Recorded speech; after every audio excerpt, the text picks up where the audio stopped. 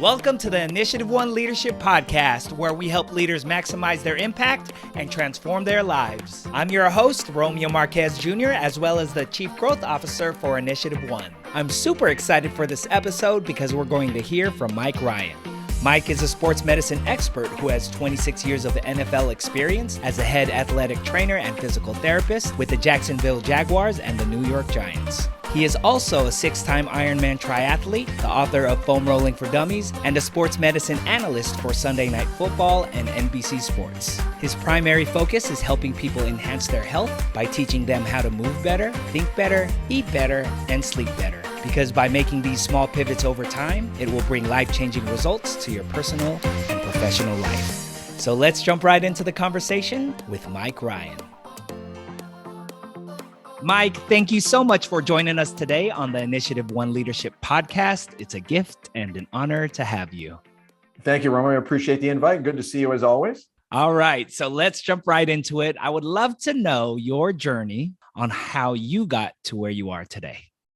Well, it all started from a strong mom. My mother was an amazing woman. She raised 5 kids by herself. I was the youngest of 5, 1 minute out of 4th place with a twin brother that beat me to the world. But I just had a great mom who really kind of instilled a lot of confidence in me, goodness, high character. And I still remember that day in 10th grade where I had a guidance counselor slide this pamphlet across the table and it was careers in athletic training. And at that point, I didn't know what I wanted to do. I loved anatomy. I was a good athlete, loved sports. And I remember that day running home and telling my mom, who was a registered nurse, that I was going to go to college and be an athletic trainer in the NFL. And that was a vision that burned in me, and all my classes and experience was to kind of chase that goal down. And I feel very, very grateful that I've had a lot of wonderful people who helped me along the way to reach that goal in 1988 with the New York Giants. Wow. And so I know you worked with several teams thereafter. Let's go down that route to where you are today. Sure. I started at 25 years old with the New York Giants. I was the youngest assistant athletic trainer in the NFL. And then 6 years later, I became the head athletic trainer with the new Jacksonville Jaguars. I was the youngest head athletic trainer at that point. And I was with the Jaguars for 20 years and resigned from there in 2014 to spend some more time with my family and loving wife and great kids, and got on board with NBC Sports. And now I work as a sports medicine analyst for Sunday Night Football and NBC Sports. So it's been a great ride, and it's far from over, but I've just been really fortunate to have some great opportunities and meet some wonderful people along the way and do what I love, which is helping people stay healthy and move pain-free. I love that. And what would you say is a leadership obstacle or challenge that you faced, and how did you overcome that challenge or obstacle? Well, I don't look at a lot of obstacles. I look at things as challenges, which are really what they are. And it's funny, I always kind of get a little inquisitive, shall we say, when I hear people say, oh, they said I couldn't do it, or they said I couldn't make it here. And it's that kind of that motivation. I've never been motivated by people who said I couldn't do something. And I couldn't tell you 3 or 4 people in my life that have ever said that to me, because most people know me, they don't want to say that. And that's just something that doesn't motivate me. So one thing that was really important is when I decided I want to go to athletic training school and work in the NFL, I had a lot of people say, hey, you got to go to a really big football school if you want to work in the NFL. And I found this athletic trainer at Central Connecticut State, a guy named Carl Krein, who became a mentor of mine when I was a junior in high school. And I really wanted to go to school with him, but I kept hearing, I got to go to the big football school, the Notre Dame, the Michigan, the USC. And I had someone who told me one time, they said, hey, it doesn't matter where you go or what you do. If you're good at it, people are going to know it. Romeo, this is before the internet. So even then I said, that's it. And right there, I said to that gentleman, he was a gentleman I met up at Holy Cross. I said, I'm going to Central Connecticut State because I believe in Carl Krein. He's a mentor of mine, and he was a huge catalyst in a great career. So getting on board with the right kind of people and trusting those kind of people and really be a sponge and learning a lot. For me, those were the big obstacles and something I just lived and breathed it, because being an athletic trainer and physical therapist, you had to have a lot of exposure to a lot of different injuries and know a lot from a lot of smart people that were very, very willing to help me. And so I know that you consult with lots of companies regarding corporate wellness. Can you share an overview of your message regarding that? I keep it really simple. And my big thing is when I talk to corporations and really help motivate their corporate wellness is I keep it really simple to 4 simple things. I teach people how to move better, think better, eat better, and sleep better. Because think about it, you get better in just one of those things, Romeo, it can change your life. So getting in and teaching in very simple ways. It does not have to be expensive. It does not have to be long-term. It doesn't have to be a big cost issue, but it's really simple ways of finding people that most people struggle with one or more of those issues of how they think, how they move, how they eat, and how they sleep. So teaching people to make little changes that over a long period of time make massive impacts on them. So my message is simple. I focus on those 4 areas, and it's life-changing in a lot of these people that just suddenly find a way of getting better and heading in the right direction. And for me, that's very exciting. Let's break down those 4 pillars just a little bit more so people Okay. can get the context of and breakdown of this. Sure. I think for one thing, the first part about moving better is most people agree that exercise is good. Moving is a good thing. But when you find people that don't exercise on a consistent basis, yeah, we all have busy schedules, but I find the number one reason, without a doubt, is pain. So people have pain. When I do this, it hurts. Well, that's a strong motivator to slow things down.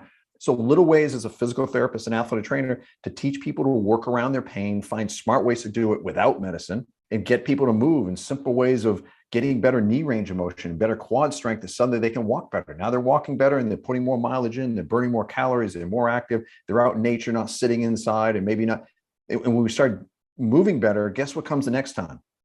The next pillar is they think better. They have a better mindset. They think things are a lot better and they're just happier to be around. Well, then they realize, hey, I'm really making some good progress. I better start eating better, because the old saying is you can't out exercise a bad diet. So suddenly they say, I don't want to ruin this opportunity of moving better and I'm more positive. I'm going to start eating better. And guess what? If you can find little ways, and I have some great little tricks to help people sleep better, now guess what? They're recovering better. So they wake up in the morning, they're fresher. They're not dragging out of bed and needing an extra cup of coffee. So those 4 pillars of moving better, thinking better, eating better, and sleeping better may seem like pillars that are on opposite ends of this healthy building, but they're very, very much intertwined. And there's a lot of cool things you can do with that. So I kind of play off that in workshop and lunch and learns and get them out of the seat, do some really cool stuff. And to see the smile and the glow of these people's faces, like they finally see some real positive hope heading their way to do things that they really struggle with for years. You can make changes, those kind of things, literally in minutes. It's a lot of fun.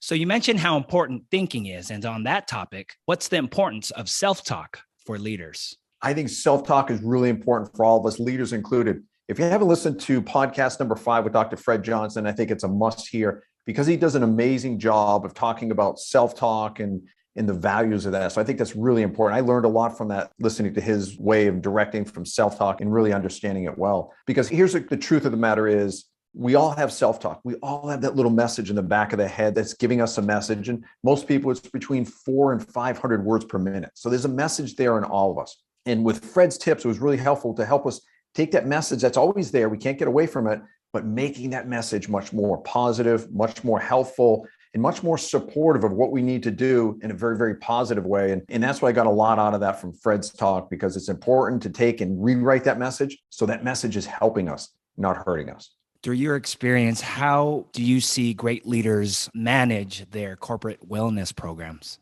Well, it's a great question. And it's an easy 2-part answer. The first thing is they embrace it and they realize healthier employees are a great thing for 2 reasons. Number one, selfishly, if you have healthier employees, guess what? Your bottom line's healthier. You have less absenteeism. You have less medical costs. You have less downtime. You have less, the big phrase in corporate wellness now is presenteeism, meaning they're there, but they're not really there, if you know what I mean. So getting better, much healthier bottom line, and the company saves money by having healthy employees, it's a no-brainer. And the CFOs tend to really like that part as well.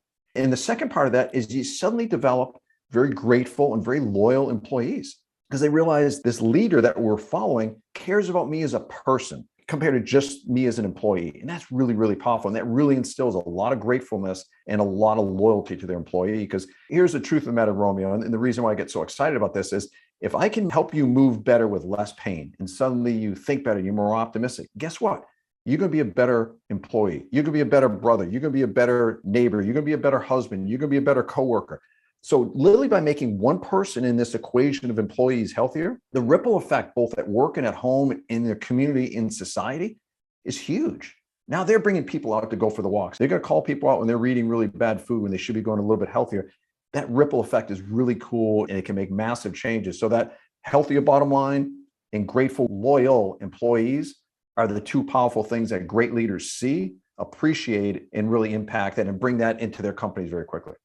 And how about for the leaders themselves? How do you see wellness playing an important role for their leadership? Well, leaders, like parents, are always being watched by the kids. So they know what they do or what they don't do is being watched and being replicated. So good employees, and I work with a lot of CEOs and CFOs and people in the management element of companies to try to convince them, and they see that, and then they come back and suddenly what they want to do, they want more one-on-one time with themselves, because suddenly they realize, I have to get healthier. I have to doing the right things, because if my employees say, oh, look at the boss isn't doing this, there's less of a motivation and less likeliness with what they need to do, because that thinking part isn't just, hey, rah, rah, I'm a little bit more optimistic with a smile on my face.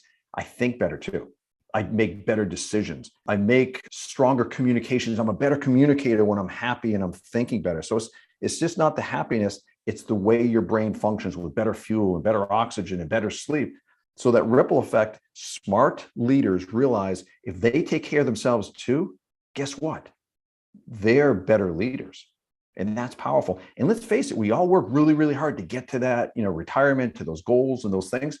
Who wants to get to retirement or an older age with a decrepit, aching, painful, unhealthy body? We don't want that. So to reap that benefits of what we've worked very hard with, smart employees and leaders realize we got to take care of things now. There's an old saying I use a lot in my talks is, there's a reason, and we can use it and replicate it in our lives, is on the airplane when they say, hey, if that oxygen mask drops down, guess what? Put it on you before you put it on the other person. Because if you don't put on yourself and you can't get it on them, guess what? You both die. So taking care of yourselves is the first thing before you can take care of others. Love that. Thanks for breaking that down. All right. So with you being a 6-time Ironman triathlete, first of all, let me say that again. A 6-time Ironman triathlete, that just blows my mind. It's not just once, but 6 times.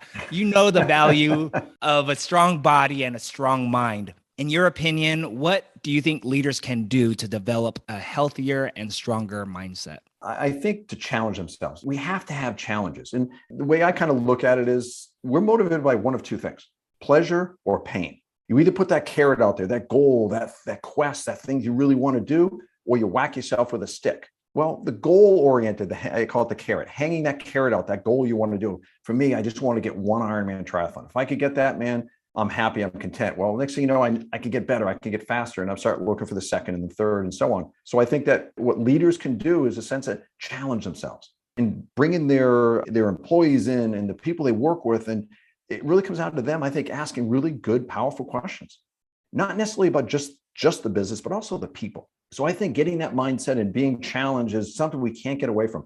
I'm a lifetime student. I know our great leader, Fred Johnson and Tracy, they're both lifetime leaders and students. That's a really important thing. And work with people that are really successful. I see them doing a lot of things. Meditation is a really key part of that. I think simplifying the mind. There's a guy named Michael Gervais, who's one of the best sports psychologists in the country. And I had a conversation with him one time and I said, you work with a lot of great athletes, a lot of great businessmen, a lot of successful people, musicians in a lot of different areas.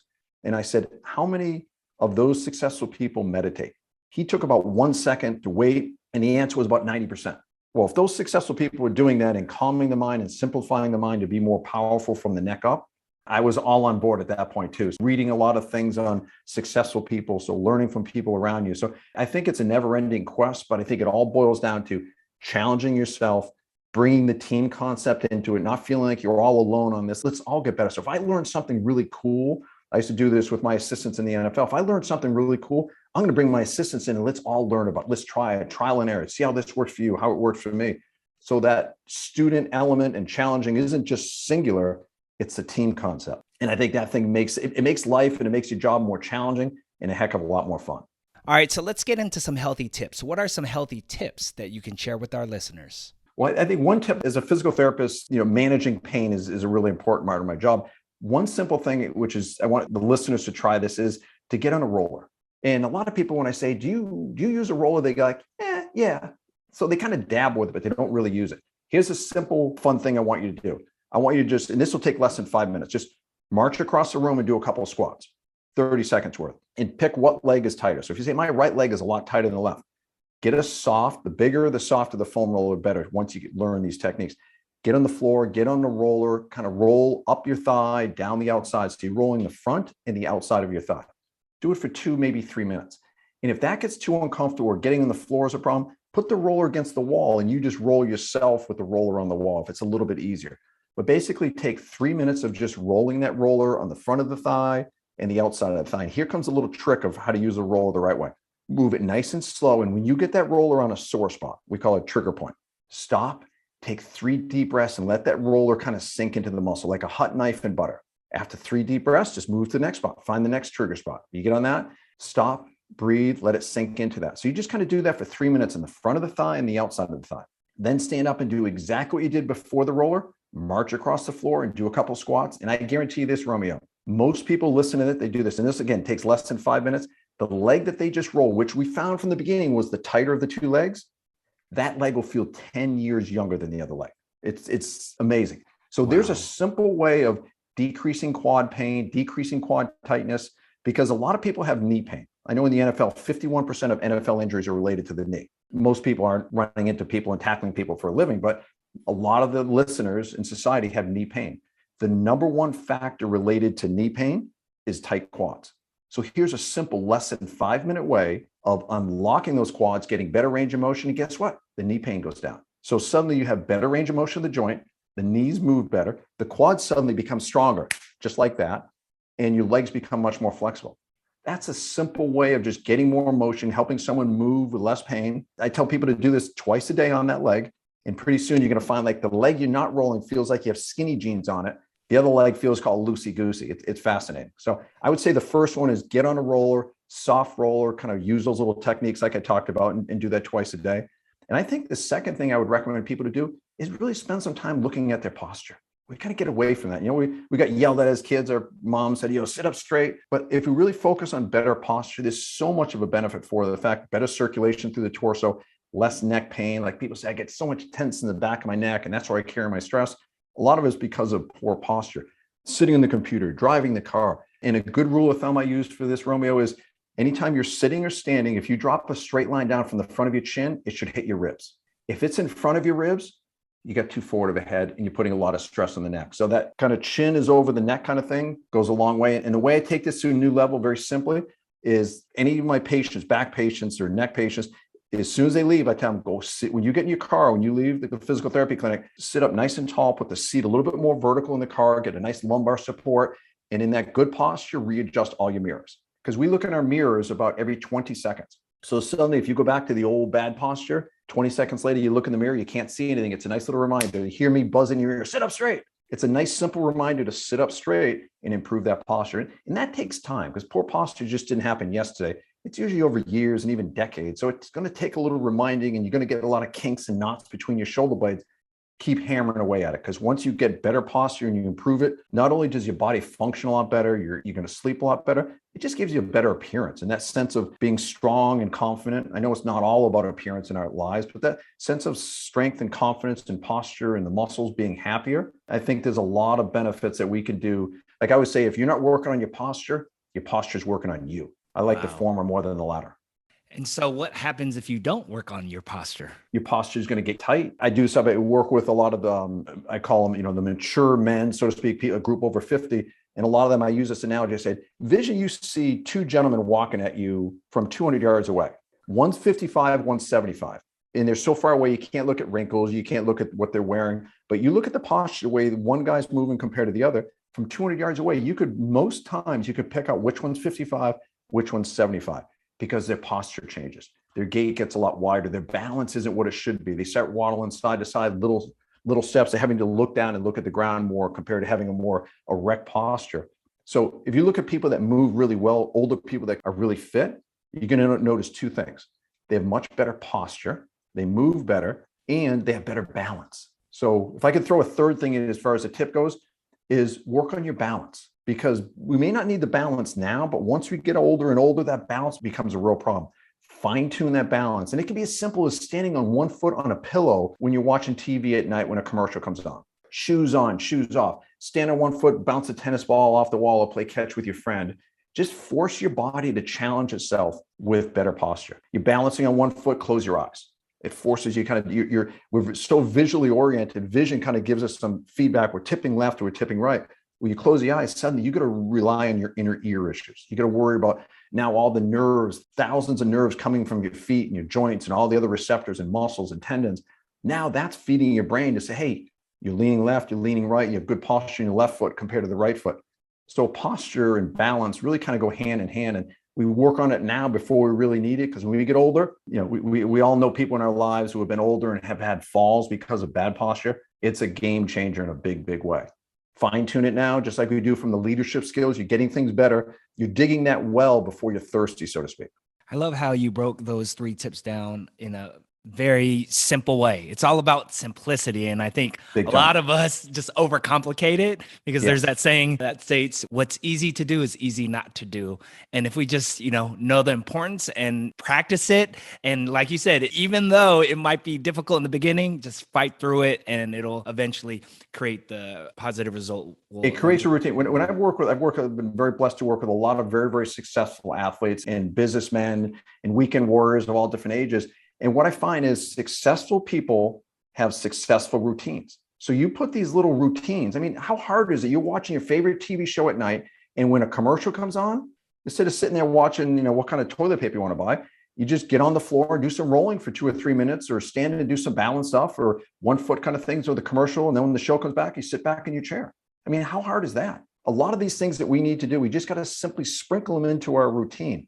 Like that leg rolling thing I told you, that takes less than 5 minutes. So if you can increase your joint range of motion of your knee by 50%, decrease your pain by 50+% in 4 or 5 minutes, why not? For sure. Let's get into a 4th tip, and that's on not having enough time, right? We don't have enough time because, as you mentioned earlier, we're busy and we're caught up with all these different tasks and activities. What is your tip around not having enough time? My tip is get great quality sleep and get up early. Because let me ask you a question. How many times have you slept in a little bit more and you wake up and say, man, I got an extra hour of sleep. Man, I feel so much better. Maybe. More times than not, you wake up, man, I'm more groggy than I was when I woke up at 5 o'clock. So I like the form of getting to bed early. I don't always nail that one, as my wife will continue to remind me. But I get good quality sleep, and I set my alarm. And before I go to bed at night, before I get on my knees and say my prayers, I say out loud exactly what my workout's going to be. So I know what I'm going to do. I don't have to make that decision at 4:30 in the morning. I know exactly what I need to do. I put my clothes out where I need to. So it makes those other things easy, but I say right out loud 3 or 4 times, I'm going to do A, B, and C. Then when the alarm gets up, I get up and I do it. So a lot of times it's just simply getting it done. And I can tell you that when I do that, and I think most people, the listeners will agree, when they get in that routine, by the time they get to 2 o'clock in the afternoon, they're going to say to themselves, I have a lot more energy now than I did if I just got that extra hour of sleep. So sleep is important, but getting that exercise and being consistent. Some people at night, they feel better working out at night. I'm more of a morning person, some people midday.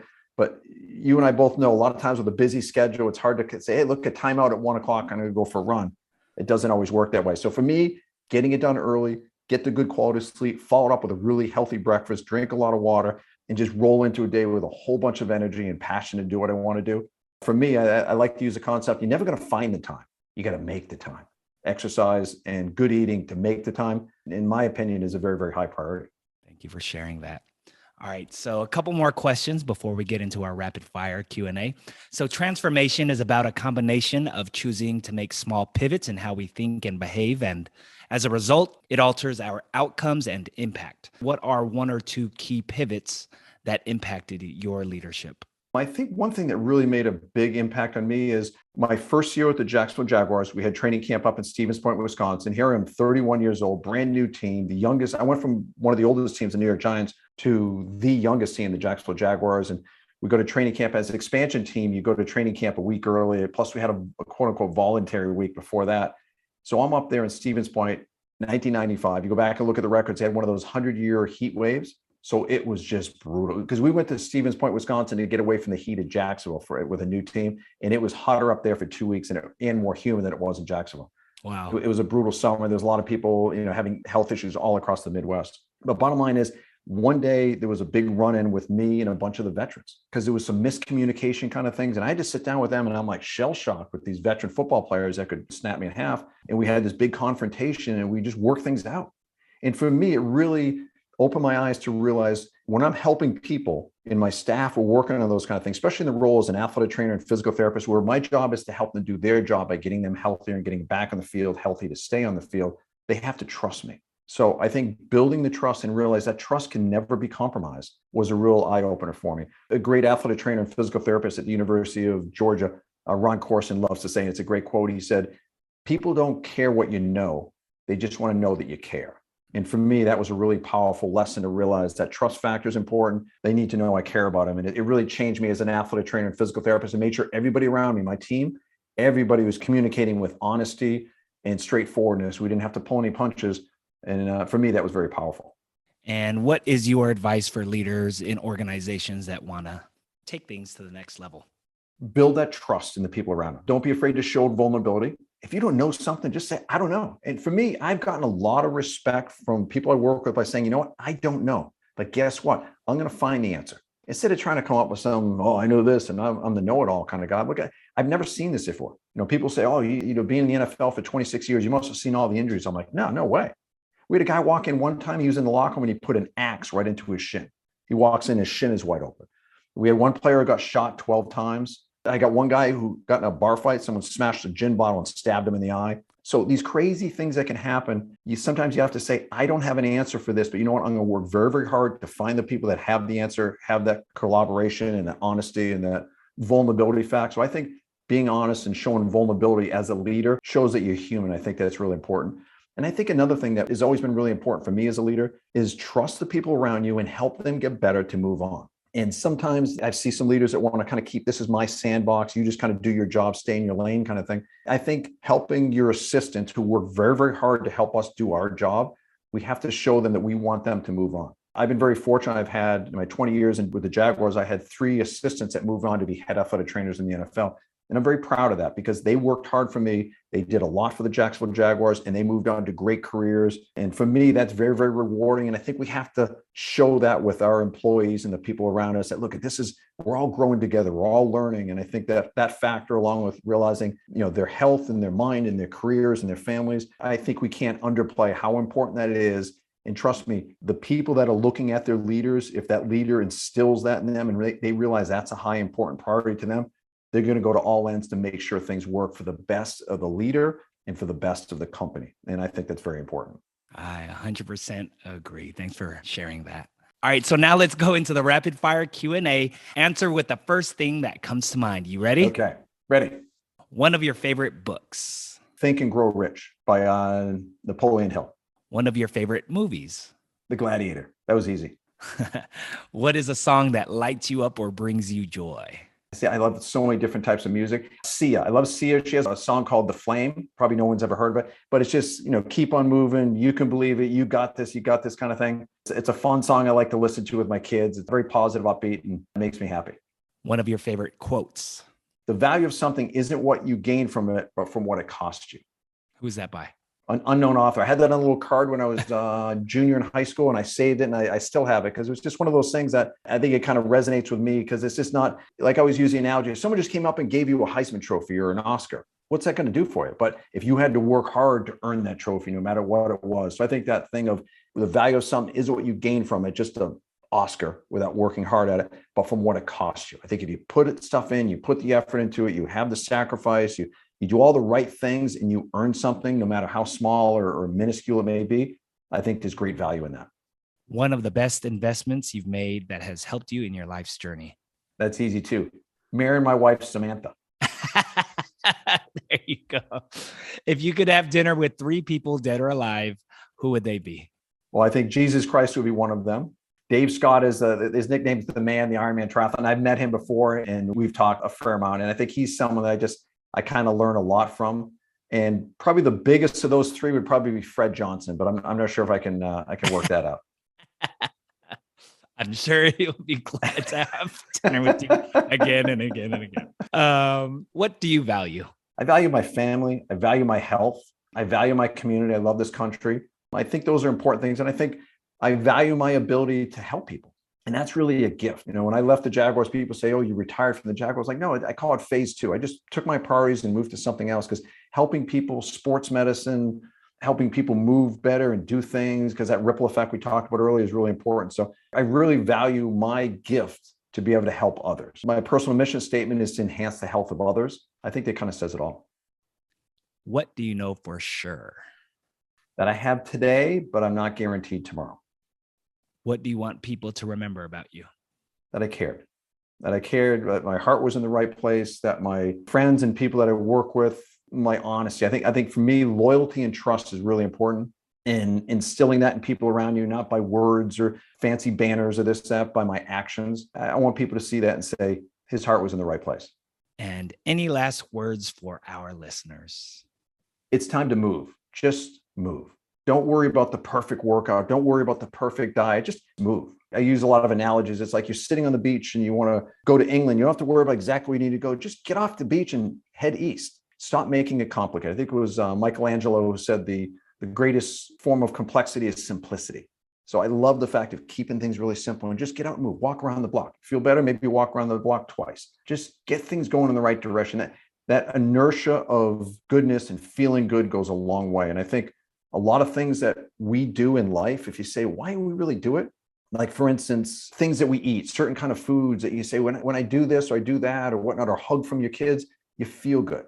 Well, the things that we do and something we're moving better and eating better and thinking better and you feel better, well, Romeo, that's the ultimate way. That motivation now is coming from within, not an external object like the mirror or a bathroom scale or your jeans you wore in high school. You're doing it because you feel better. And man, when you start moving better and you're in less pain and you're thinking better and you're sleeping better, you're recovering better, and you start get that motion of moving the right way. Because for me, health is about, and enhancing your health is a lifestyle change. And it doesn't mean you're going to start running marathons. You're just moving better and thinking better and feeling better, and you start things in the right direction. Where you go with that, that's up to you. What your goals are, if you don't want to run a marathon, you just want to be able to play with your kids, whatever it is, whatever that lifestyle brings you is all yours and you're all over it. So you can determine what that is, but the focus of being in less pain and moving better with a better diet and better health and living longer and enjoying the quality of our life, man, that's so, so important. And I think be it leaders or employees or families, I think that has to be a really high priority, especially now coming out of this pandemic and all the things we've all been through the last couple of years. The priority of that, in my opinion, has never been higher. And I think we have to stoke those flames and create that motion of better health, moving with a better lifestyle. There you go. Just move. Thank you so much. Keep on moving. Keep it moving and keep on moving.